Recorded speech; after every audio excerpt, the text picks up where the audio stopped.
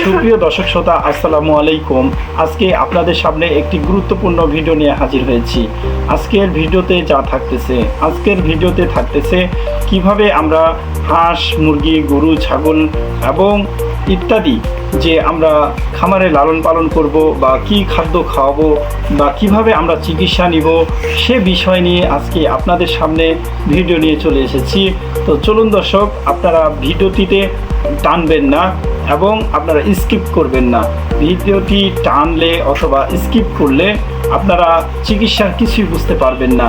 আমি ভিডিওতে কি বললাম তা আপনারা বুঝতে পারবেন না।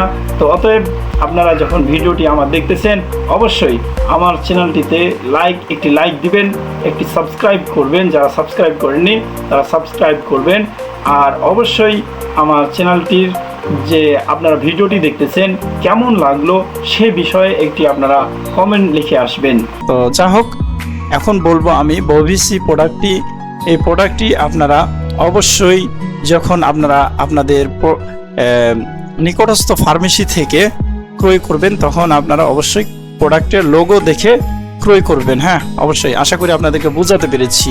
তো আমরা বভিসি পাউডারটি এই জন্য খাওয়াবো, আমাদের বাসায় যখন গরু থাকে, গরুকে আমরা অনেক সময় কি করি,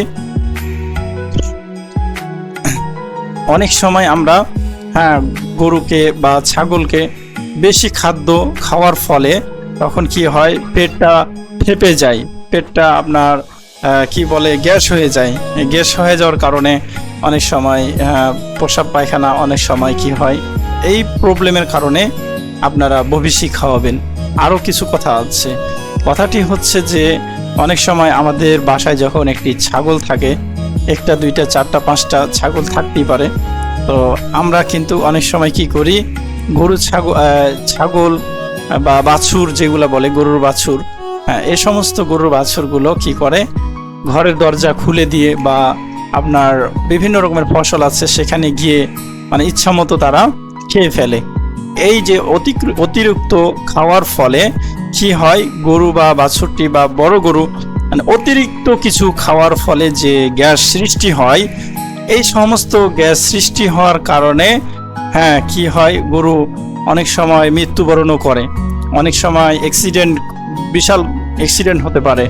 তা আমরা কি করব তখন, আমরা এটা করতে পারি, পাশে যে আমাদের প্রাণী চিকিৎসক সরকারি হাসপাতাল আছে, সে সমস্ত সরকারি হাসপাতালে গিয়ে আমরা পরামর্শ নিতে পারি, অথবা আমাদের যে নিকটস্থ যে ওষুধ ফার্মেসি আছে সে সমস্ত নিকটস্থ ফার্মেসি থেকে অভিজ্ঞ ডাক্তারের কাছ থেকে আমরা তা চিকিৎসা নিয়ে আমরা কি করব, আমাদের যে গরু ছাগলটি যে এই প্রবলেম হয়েছে এই কারণে আমরা চিকিৎসা নিয়ে তারপর আমরা ওষুধ খাওয়াবো।